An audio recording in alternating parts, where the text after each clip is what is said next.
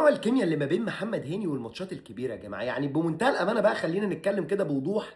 الراجل ده ومع الماتشات الكبيره فيه كيمياء غريبه مش مفهومه، ما تقدرش تفهمها. يعني ممكن تلاقي محمد هاني في ماتش سهل قبل الماتش الكبير ده مبوظ الدنيا، يجي في الماتش الكبير تلاقيه تالت احسن من احسن ثلاث لعيبه في ارض الملعب. فالموضوع مع محمد هاني قدام بلجيكا فهو مش مفاجأة بالنسبة للناس اللي عارفة محمد هاني. ماتش كبير يبقى انت لازم تتوقع ان محمد هاني هيعمل ماتش كبير. تقول لي ده غلط يا حنفي في ماتش في هدف لوكاكو. هقول لك ايوه غلط، ولو ما غلطش في ليفل زي ده امال هيغلط امتى؟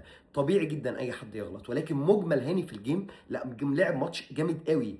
اما اقول لك هاني بيلعب عليه دوكو، هو بالنسبه لي يعني ممكن يكون ثالث او رابع احسن لاعب في العالم في الواحد على واحد السنه دي. فبيطلع بالماتش دوت عامل 6 مراوغات خطأ من 7 محاولات، والسبعه قدام محمد هاني. فده كلها حاجات بتقول لك ان محمد هاني عمل جيم كبير قوي على جناح كبير قوي، ويستحق عليه هاني الاشاده. هتقول لي ده غلط فاهم؟ يا باشا انا فاهمك والله، بس الراجل لعب ماتش كبير قوي.